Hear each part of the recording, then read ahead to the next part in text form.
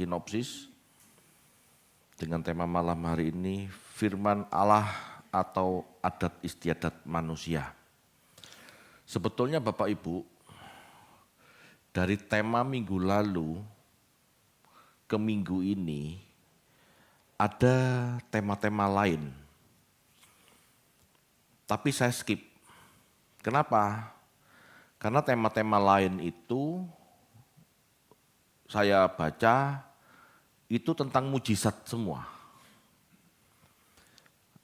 Kalau membahas mujizat, saya bingung mau membedah apa. Karena yang namanya mujizat hanya bisa diyakini, tetapi kita nggak pernah bisa membedah namanya mujizat. Jadi Tuhan Yesus memberi makan 5.000 orang, ya sudah itu mujizat, Tuhan Yesus yang mengadakan multiplikasi gitu. Saya nggak bisa menjelaskan bagaimana itu caranya gitu ya. Ya hanya bisa diyakini dan tidak akan pernah bisa dibahas. Sebetulnya seperti itu. Karena Allah yang Maha Kuasa tidak bisa melakukan mujizat, pasti melakukan mujizat. Ya, jadi itu alasannya kenapa saya skip fragmen-fragmen mujizat. Karena kita tidak bisa membedah mujizat. Mujizat adalah cara Allah yang tidak pernah bisa dipahami manusia. Ya, kita akan masuk ke tema firman Allah atau adat istiadat manusia. Matius 15 ayat 1 sampai dengan 20. Bisa dibacakan? Silakan. Matius 15 ayat 1 sampai 20.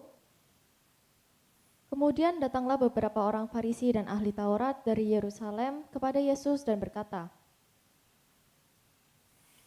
"Mengapa murid-muridmu melanggar adat istiadat nenek moyang kita? Mereka tidak membasuh tangan sebelum makan." Tapi jawab Yesus kepada mereka, "Mengapa kamu pun melanggar perintah Allah demi adat istiadat nenek moyangmu? Sebab Allah berfirman, hormatilah ayahmu dan ibumu, dan lagi, siapa yang mengutuki ayahnya atau ibunya pasti dihukum mati. Tetapi kamu berkata, barang siapa berkata kepada bapaknya atau kepada ibunya, apa yang ada padaku yang dapat digunakan untuk pemeliharaanmu, sudah digunakan untuk persembahan kepada Allah. Orang itu tidak wajib lagi menghormati bapaknya atau ibunya. Dengan demikian firman Allah kamu nyatakan tidak berlaku demi adat istiadatmu sendiri. Hai orang-orang munafik, benarlah nubuat Yesaya tentang kamu. Bangsa ini memuliakan aku dengan bibirnya, padahal hatinya jauh daripadaku. Percuma mereka beribadah kepadaku, sedangkan ajaran yang mereka ajarkan ialah perintah manusia."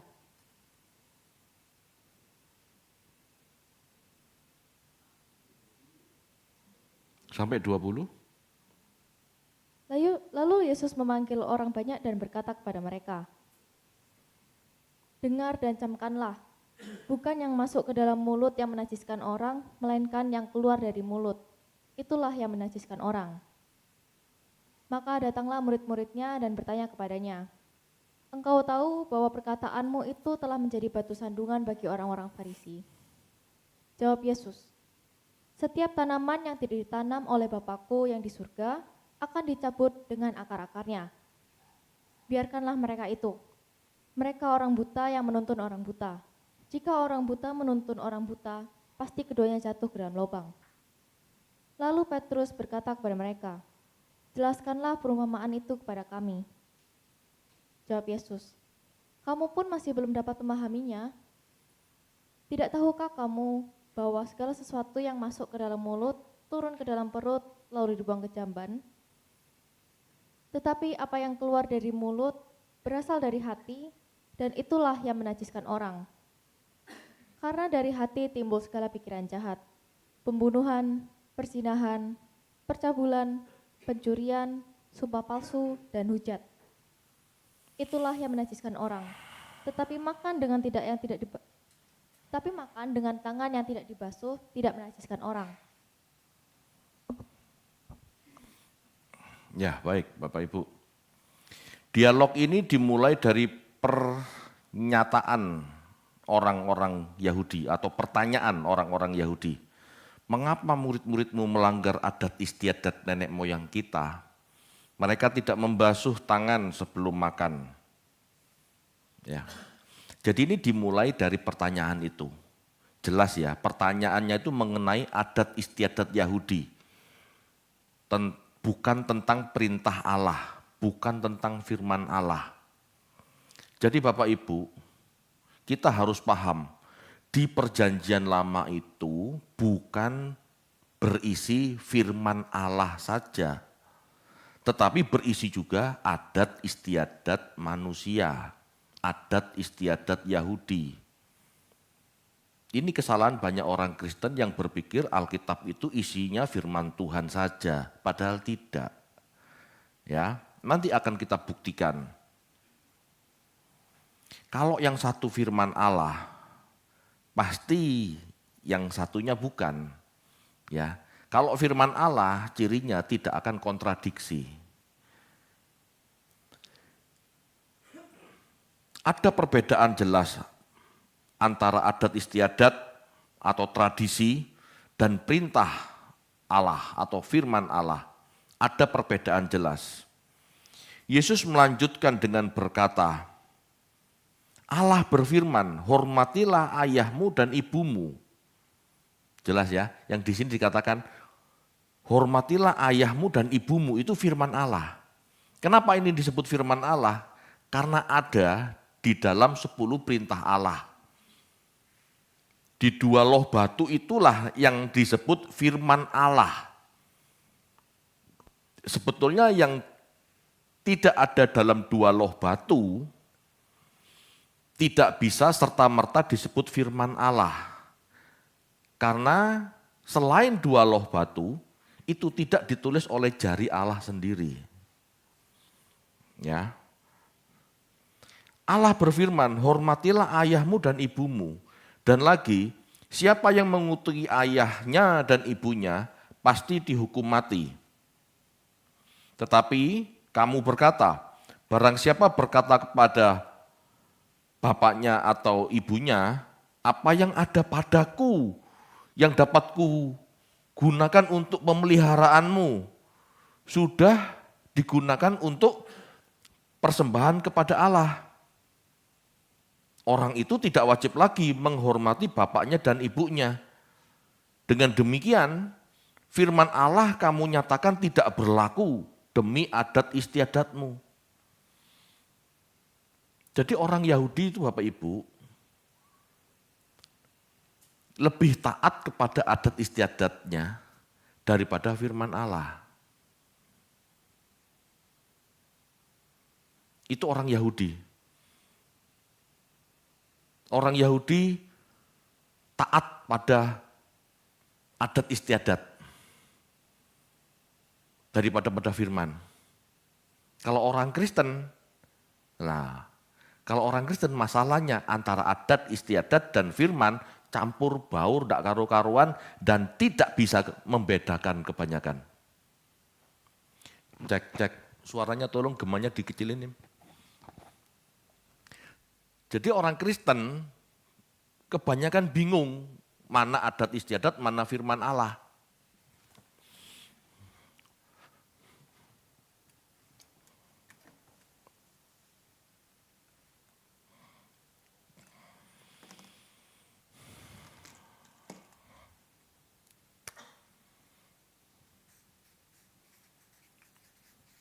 Hormat orang tua. Ini firman Tuhan.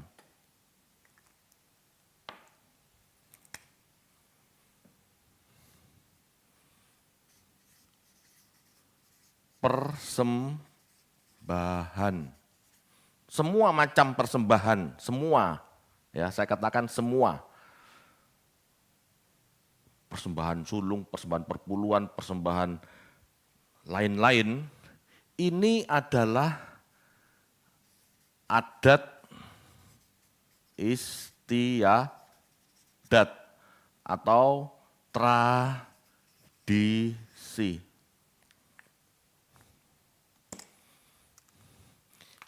Ini sebetulnya tidak sama Bapak Ibu.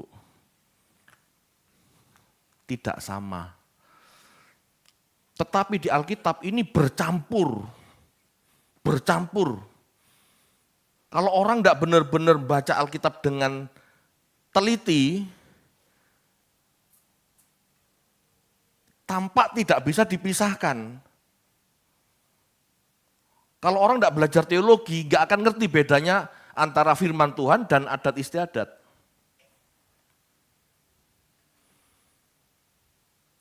Dalam pemikiran orang Yahudi dikatakan oleh Tuhan Yesus, kamu mengatakan uang yang aku punya telah kugunakan untuk persembahan.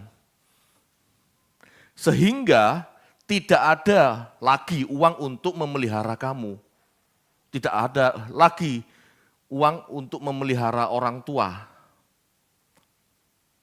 Seolah-olah Bapak Ibu orang Yahudi itu gini, seolah-olah orang Yahudi itu kalau sudah kasih persembahan nggak perlu lagi hormat sama orang tua.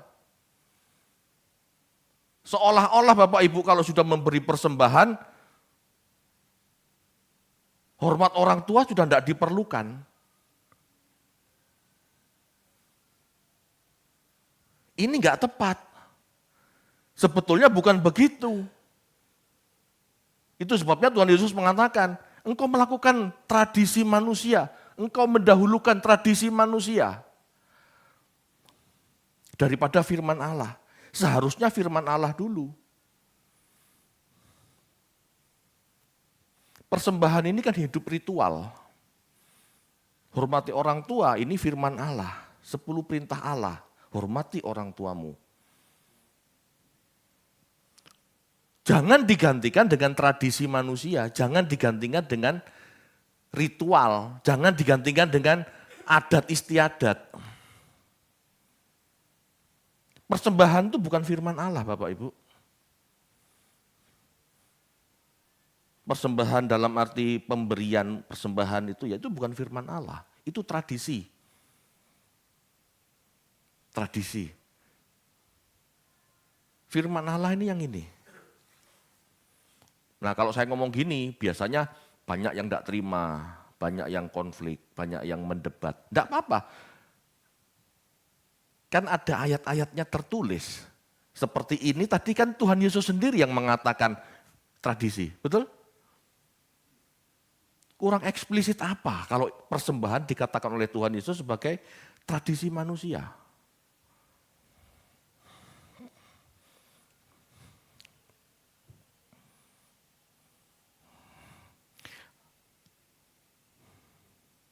Apa yang dilakukan orang Yahudi memberi kesan seolah-olah apa yang kita perbuat sebagai ritual persembahan adalah sejajar atau bahkan melebihi firman Allah dan boleh menggantikannya.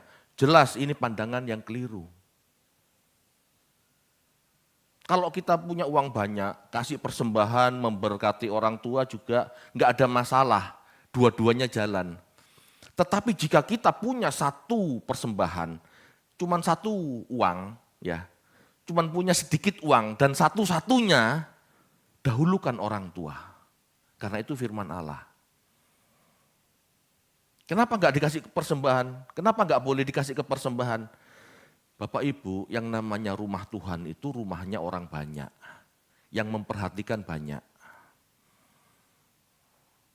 Kalau ada yang enggak bisa memberi, masih ada yang lain. Tapi orang tua kita, itu satu-satunya tanggung jawab kita. Logis kok. Bapak Ibu, Yesus menyatakan mereka orang Yahudi lebih taat pada tradisi manusia daripada firman Tuhan. Hormatilah orang tua. Ini firman Allah. Bukan berarti sekedar berlaku sopan dan nurut terhadap orang tua. Tetapi memelihara dan merawat mereka di hari tua, itulah hormat orang tua. Anak-anak, siapapun kita, gitu ya, meskipun kita sudah tua tapi masih punya orang tua, kita tetap anak-anak. Hormati orang tua, bukan berarti cuman hormat, ya pa, ya ma, mantuk-mantuk. Bukan. Hormati orang tua itu termasuk memelihara kehidupannya saat mereka sudah tidak mampu bekerja. Saat mereka sudah tidak mampu menghasilkan. Itu firman Allah. Bukan tradisi manusia, itu dari Allah langsung. Ya. Tetapi orang Yahudi lebih suka melakukan tradisinya. Atau kalau zaman sekarang, lebih suka melakukan doktrin gerejanya. Itu enggak beda, itu sama. Kalimat, apa yang ada padaku yang dapat digunakan untuk pemeliharaanmu, sudah digunakan untuk persembahan kepada Allah. Jadi orang itu tidak wajib lagi menghormati bapak ibunya, karena dia sudah taat kepada Allah. Enggak begitu. Jangan pakai alasan taat kepada Allah, mengasihi Allah, tapi kamu melupakan hormat pada orang tua yang merupakan perintah Allah. Halo, jangan dibalik-balik. Banyak gereja yang mengajarkan perpuluhan, banyak gereja yang mengajarkan perpuluhan mengatakan, beri dahulu kepada Allah, beri perpuluhan. Bahkan kalau orang tuanya membutuhkan, anak-anaknya masih membutuhkan, beri dulu kepada gereja. Begitu ajarannya. Ini ajaran yang salah loh. Beri dulu pada Allah, 100 ya, 100. 100 itu maksudnya seutuhnya. Jangan dibagi-bagi. Loh, kalau memang perpuluhannya besar, tidak boleh dibagi, lah orang tuanya enggak dapat, anaknya enggak dapat. Padahal perpuluhan dalam tradisinya itu dibagi-bagi. Janda, fakir, anak yatim, betul? Banyak aturannya. Lah kenapa buat gereja saja?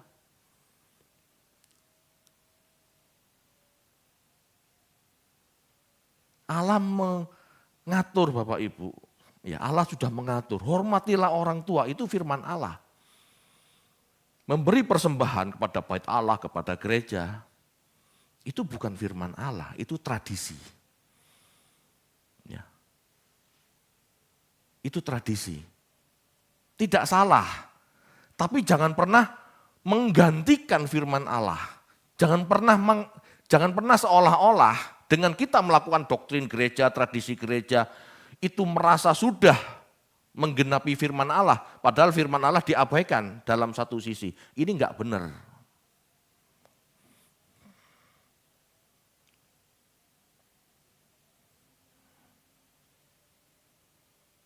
Adat istiadat manusia, dalam bahasa Yunaninya, paradosis.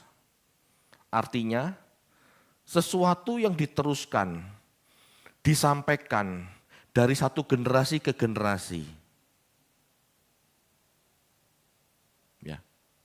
Bisa jadi ajaran, kebiasaan, atau aturan, atau praktik yang diwariskan.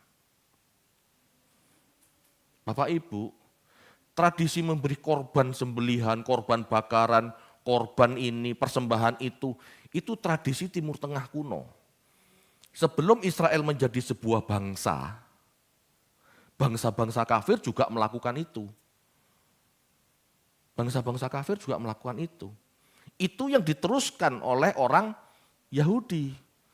Tetapi diatur, kamu enggak boleh kasih persembahan babi. Nah itu loh. Kalau Mesir kasih persembahan babi, orang Israel kasih persembahan sapi, lembu, domba. Padahal Bapak Ibu, berbagai macam persembahan itu tidak pernah diajarkan Tuhan. Bahkan di kitab Yeremia dikatakan, aku tidak pernah berkata apa-apa pada korban-korban persembahan itu. Tidak pernah ngomong apa-apa. Jadi itu tradisi yang baik. Ya, itu tradisi yang baik yang diteruskan turun-menurun supaya para imam bisa melaksanakan ibadah, bisa melanjutkan melayani Allah. Itu tradisi yang baik, gitu loh. Tetapi bukan firman Allah. Bapak Ibu, Tidak semua tradisi salah. Selama tradisi itu tidak kontradiksi dengan firman Tuhan, ya baik-baik saja. Persembahan adat istiadat manusia ini sesuatu yang baik. Supaya manusia memperdulikan pekerjaan Tuhan. Tetapi jangan menggantikan firman Allah. Jangan menggantikan perintah Allah yang orsinil. Perintah Allah yang orsinil itu menghormati orang tua. Bisa dipahami ya? Persembahan ini tidak salah, ini sesuatu yang baik. Tetapi jangan pernah menggantikan hormat orang tua sebagai firman Allah. Jangan mensejajarkan, apalagi merendahkan firman Allah, menggantikan firman Allah dengan segala macam tradisi. Itu penting Bapak Ibu. Selama ini tidak bertentangan, silahkan kerjakan. Tetapi kalau orang Yahudi, kalau sudah ngasih persembahan, tidak ada lagi uang untuk menghormati orang tua. Ini salah. Karena ditabrakkan dua kepentingan ini. Ini tidak boleh. Kalau dua hal ini harus memilih, dahulukan firman Allah, bukan adat istiadat. Tapi selama adat istiadat ini bisa dilakukan tanpa harus mengorbankan atau menyingkirkan firman Tuhan, lakukan. Itu baik.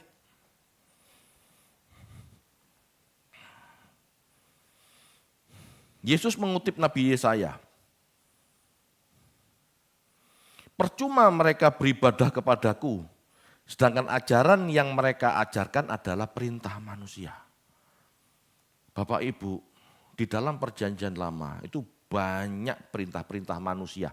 Perintah rabi, perintah nabi, perintah imam. Seolah-olah itu firman Allah. Tidak. Tidak semuanya firman Allah. Yohanes 1 ayat 18 mengatakan, tidak ada seorang pun melihat Allah. Horao. Hanya anak Allah yang menyatakannya. Berarti sama dengan tidak ada seorang pun memahami Allah. Setidaknya secara komprehensif. Tidak ada seorang pun yang memahami Allah secara utuh. Komplit, lengkap, sempurna. Enggak ada. Itu sebabnya Yesus harus hadir menyatakan kebenaran Allah. Karena semua ajaran di perjanjian lama tidak tepat. Tidak 100% tepat. Itu sebabnya ajaran Tuhan Yesus dianggap sebagai puncak kebenaran. Kalau Yesus puncak kebenaran, maka yang lain belum puncak. Kan gitu cara berlogika. Kalau ajaran Yesus itu sempurna, berarti yang lain belum sempurna. Lah ini kan harus hati-hati. Tidak bisa disejajarkan.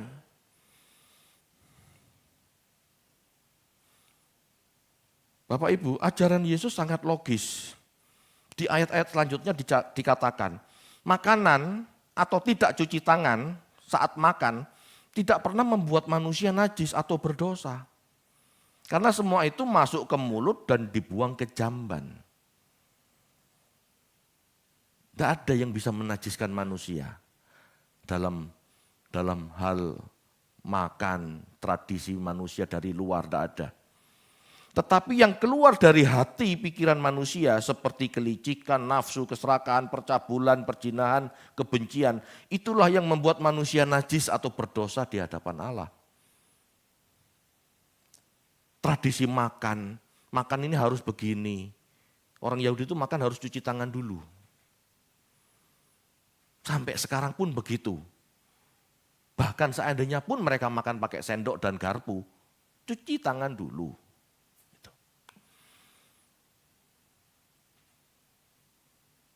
Halo Bapak Ibu, itu tradisi. Logis gak logis lakukan saja. Tapi Yesus tidak ngajar gitu. Kamu makan tidak cuci tangan, itu tidak membuat kamu najis. Kalau zaman kita sekarang, kita makan tidak cuci tangan, ada masalah enggak? Tidak ada masalah. Ya mungkin sakit perut karena tangan kita kotor. Bukan membuat kita najis. Harus dibedakan. Bapak Ibu, kita perlu tahu, dalam hukum Musa yang disebut Torah, hukum atau perjanjian lama, tidak semua perintah Allah langsung. Ada yang dikembangkan oleh Musa, Harun, dan imam-imam di kemudian hari untuk menjawab masalah yang dialami oleh Israel. Yang benar-benar firman Allah adalah 10 perintah Allah. Ini adalah dasar dari Allah sendiri. Keluaran 31 ayat 18. Silakan dibaca.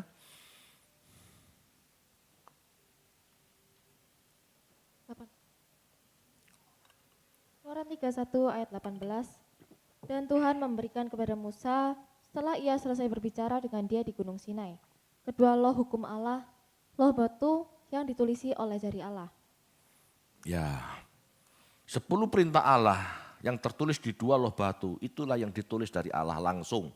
Jari Allah itu maksudnya dari Allah langsung. Jangan dipikir Allah punya jari, tidak ya. Allah bukan manusia. Ya.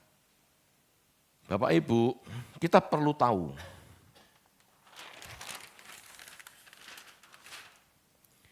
Dalam kitab Taurat,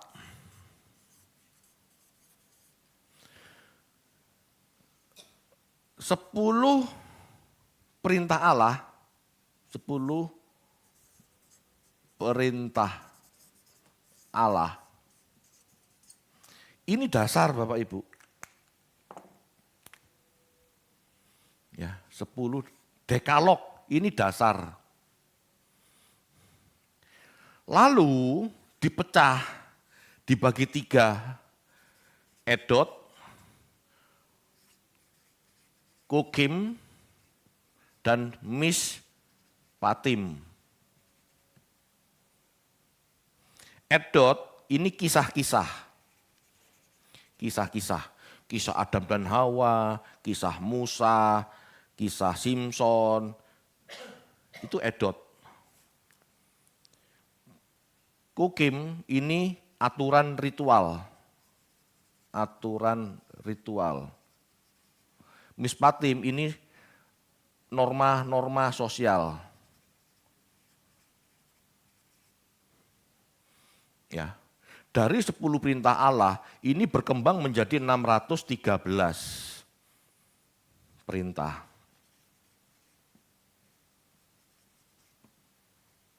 Yang murni perintah Allah 10. 613 perintah lainnya pengembangan dari 10 ini. Nah, dalam arti pengembangan, perintah-perintah ini sebetulnya bagus Bapak Ibu. Cuman kadang mempersulit. Harusnya perintah Allah yang murni ini bisa dilakukan, tetapi kalau ngikutin 613, jadi lebih sulit. Yang Tuhan Yesus kritik Bapak Ibu, bukan ini, tapi ini. Salah satunya perpuluhan. Ya, salah satunya perpuluhan. Yesus tidak sedang melanggar Taurat dalam arti tradisi yang selama tidak mengabaikan perintah Allah.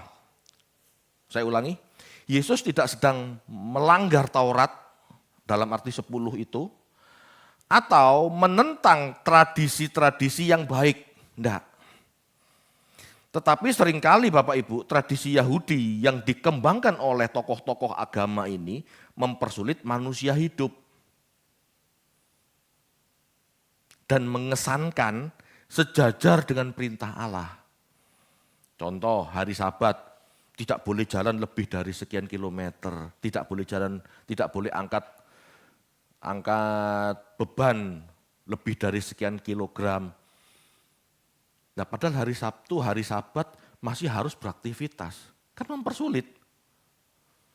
Tidak boleh nyalakan api. Lah nggak masak berarti. Lah kebanyakan begitu. Orang Yahudi itu masak hari Jumatnya. Hari Sabtunya nggak masak. Saya bingung juga gimana caranya ya, apa nggak diinget gitu ya. Nggak masak pun kudu diinget kan harusnya. Nah itu kan sulit, mempersulit.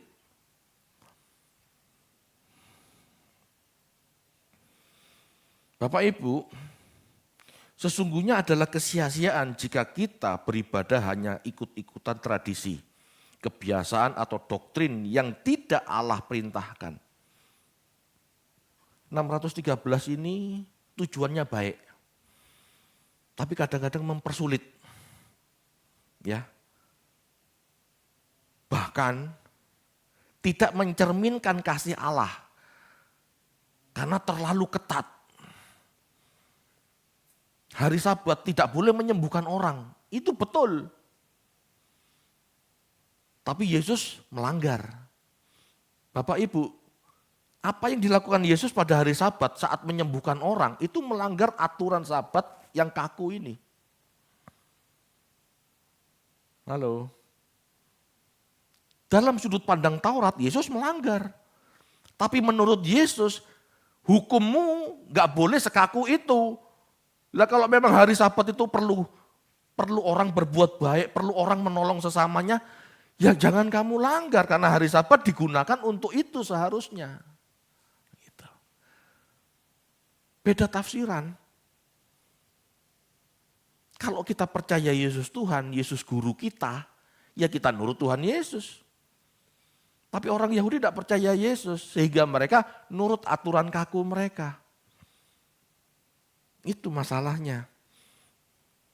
Yesus mengatakan percuma mereka beribadah kepadaku. Yesus mengatakan setiap tanaman yang tidak ditanam oleh Bapakku yang di surga akan dicabut sampai akar-akarnya. Bapak Ibu, ingat ya kemarin dijelaskan. Firman itu diibaratkan benih. Benih itu bertumbuh menjadi tumbuh-tumbuhan, menjadi pohon gitu ya. Nah ini, setiap tanaman, setiap benih tanaman yang bertumbuh, yang tidak ditanam oleh Bapakku yang di sorga akan dicabut sampai akar-akarnya. Berarti banyak pengajaran, banyak firman tanda kutip yang sebetulnya bukan dari Tuhan, yang diajarkan oleh manusia. Ini akan dicabut. Tidak mudah mencabut ini. Ya.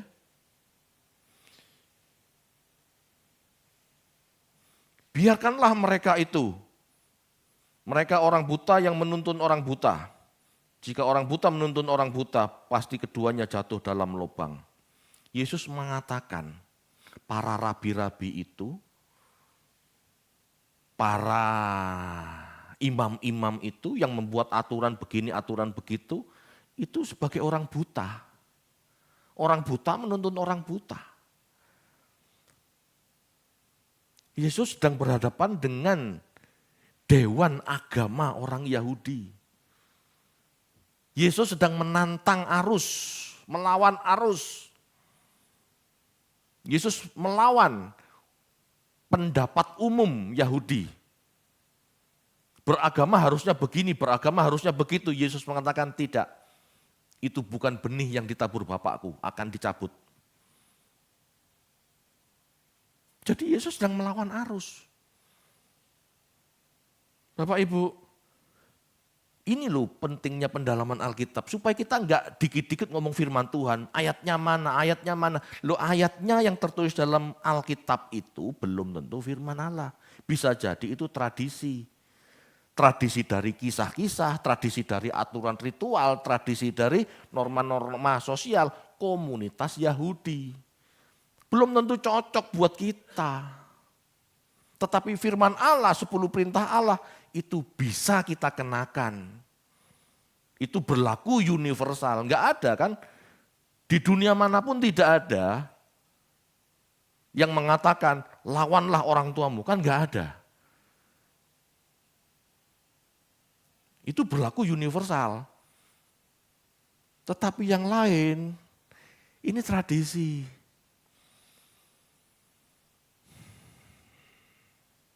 Bapak Ibu, Yesus mengatakan, saya ulangi ya, setiap tanaman yang tidak ditanam oleh Bapakku yang di sorga akan dicabut dengan akar-akarnya. Biarkanlah mereka itu, mereka orang buta yang menuntun orang buta. Jika ada orang buta menuntun orang buta, pasti keduanya jatuh ke dalam lubang. Artinya Bapak Ibu, pengajaran yang bukan dari Allah akan dicabut, akan dibersihkan. Apa yang tertulis, apa yang dinyatakan oleh mereka harus dikoreksi oleh ajaran Yesus. Sebab banyak yang tidak sesuai dengan perintah Allah. Banyak yang tidak sesuai perintah Allah. Kita bandingkan yuk, Matius 5 ayat 17.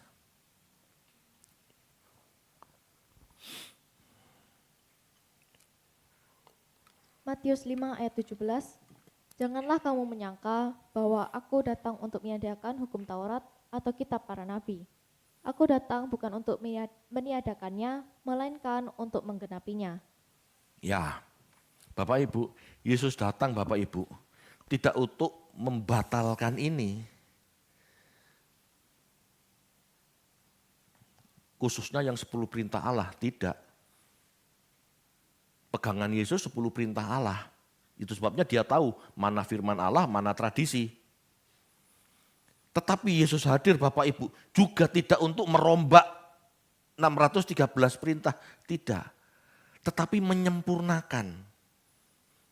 Berarti aturan-aturan ini sebelumnya tidak sempurna.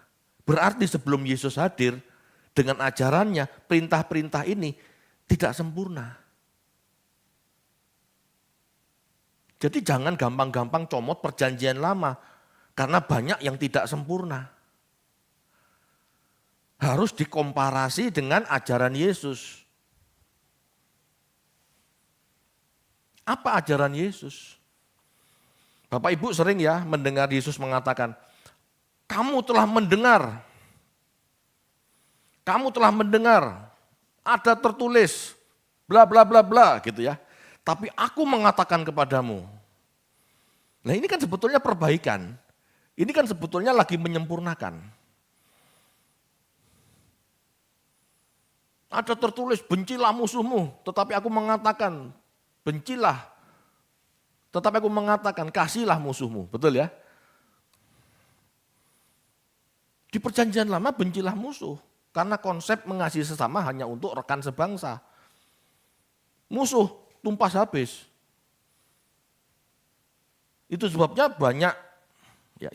banyak pembunuhan terjadi perjanjian lama. Itulah sebabnya Yesus harus hadir.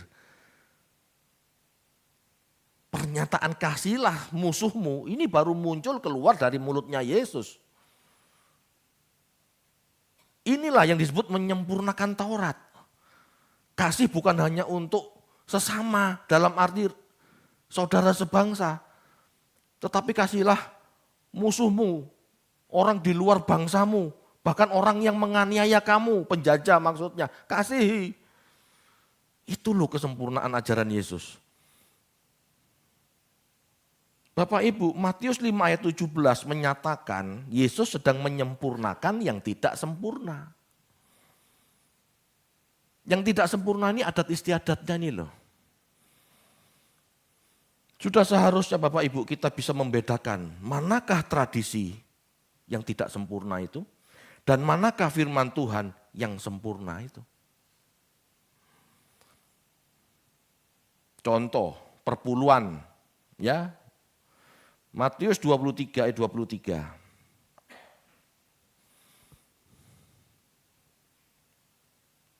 Matius 23 ayat 23.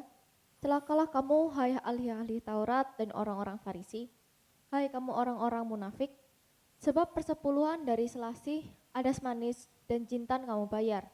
Tetapi yang terpenting dalam hukum Taurat kamu abaikan, yaitu keadilan dan belas kasihan dan kesetiaan. Yang satu harus dilakukan dan yang lain jangan diabaikan. Ya, yang utama Bapak Ibu dari Taurat Tuhan itu belas kasihan, keadilan, iman. Ini semua bicara sikap hati. Tetapi Yesus menegur orang Yahudi karena mereka sibuk dengan hal-hal ritual. persepuluhan, persembahan ini itu, tradisi ritual ini itu. Tidak salah, selama tidak bertentangan dengan keadilan, belas kasihan. Kalau seseorang bisa mengadakan ritual persembahan perpuluhan, buah sulung, tapi mengabaikan orang tuanya yang sudah tua renta, ini kan dosa, ini kan salah gitu loh. Maksudnya Tuhan itu begitu. Boleh kamu lakukan persembahan, tapi jangan lupakan orang tuamu. Dengan melakukan ritual-ritual itu bukan berarti kamu benar kalau kamu tidak mengasihi orang tuamu.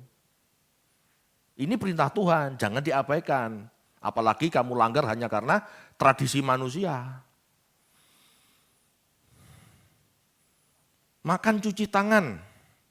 Ya, tadi sudah. Yesus dalam hal makan cuci tangan gitu ya. Yesus menegaskan bahwa kenajisan bukan soal makan, cuci tangan atau tidak, hal eksternal.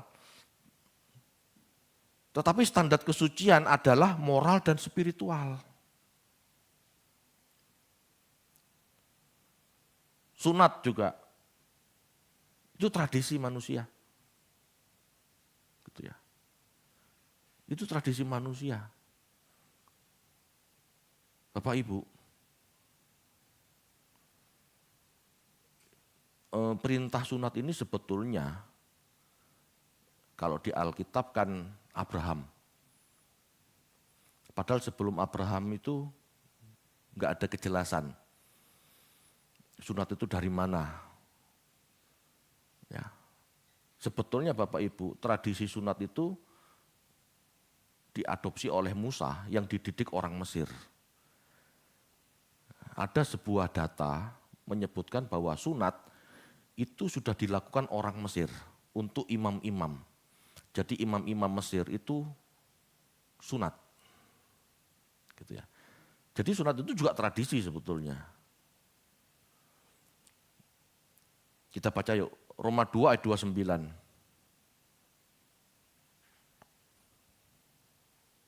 Roma 2 ayat 29, tetapi orang Yahudi sejati ialah dia yang tidak nampak keyahudiannya dan sunat. Ialah sunat di dalam hati. Secara rohani bukan secara hurufiah. Maka pujian baginya datang bukan dari manusia, melainkan dari Allah. Ya, Paulus menekankan bahwa identitas umat Allah tidak ditentukan oleh tanda lahiriah atau sunat jasmani, melainkan oleh hati yang diperbarui. Halo. Itu sebabnya Paulus gitu ya, tidak memaksakan sunat.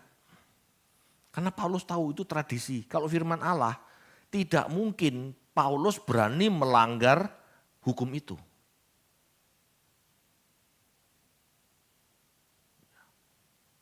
Paulus menegaskan bahwa yang hakiki adalah transformasi batin, transformasi pola pikir menjadi bersih, bukan sekadar simbol-simbol atau ritual. Ya. Dan masih banyak contoh lain Bapak Ibu, eksplisit maupun implisit. Saya bisa menjawab banyak hal. Tetapi tidak mungkin saya jelaskan dalam sekejap. Perlu dasar. Gitu ya. Dalam tradisi Yahudi, yang tampak suci secara lahiriah dan berbeda dari suku bangsa lain, ini kebanggaan Yahudi. Tradisiku ini beda dari kamu. Bagi Yahudi berbeda inilah dikuduskan, dipisahkan. Cukup sampai di situ. Tetapi Tuhan mengkritik mereka dengan menyatakan, kamu seperti kuburan. Matius 23 ayat 27.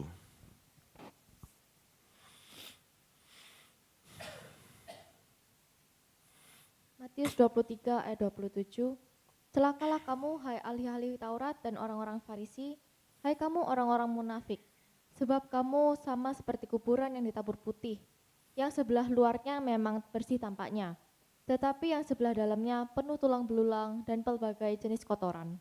Ya. Bapak Ibu, orang Yahudi itu bangga dengan Tauratnya, membuat mereka tampil beda dengan bangsa-bangsa lain, terpisah dari bangsa-bangsa lain untuk digunakan Allah. Menurut mereka seperti itu. Tapi menurut Yesus, tampilanmu itu seperti kuburan, luarnya bagus, dalamnya busuk. Yesus menekankan hal-hal rohani Bapak Ibu, bukan tampilan jasmani atau laku ritual. Bapak Ibu, kesucian kita dilihat dari cara pikir, cara berperasaan, dan cara berkehendak. Sesuai kehendak Allah. Bukan tampilan. Bapak Ibu, dulu Yesus berbenturan dengan tradisi Yahudi, tradisi Farisi. Tapi di zaman sekarang, kebenaran firman Tuhan berbenturan dengan doktrin gereja. Banyak aturan-aturan gereja, tradisi gereja dibuat yang tidak sejalan dengan firman Tuhan sebetulnya. Ini jadi masalah. Tradisi ritual gereja, tradisi kebaikan gereja, tradisi norma-norma gereja. Banyak kebenaran Tuhan yang tabrakan dengan ini. Tanpa disadari. Lah Pak David kok tahu? Tiap hari saya belajar Bapak Ibu. Firman Tuhan mengatakan begini. Saya mikir kenapa gereja melakukan ini. Tuhan Yesus mengatakan seperti ini. Lalu saya mikir melihat fenomena yang ada. Kenapa gereja begitu? Bapak Ibu, ayo baca Alkitab. Ayo langsung baca Alkitab. Taruh doktrinnya dulu, taruh. Baca Alkitab dengan jujur, dengan hati yang netral. Anda akan melihat kebenarannya. Bahwa kekristenan sudah menyimpang.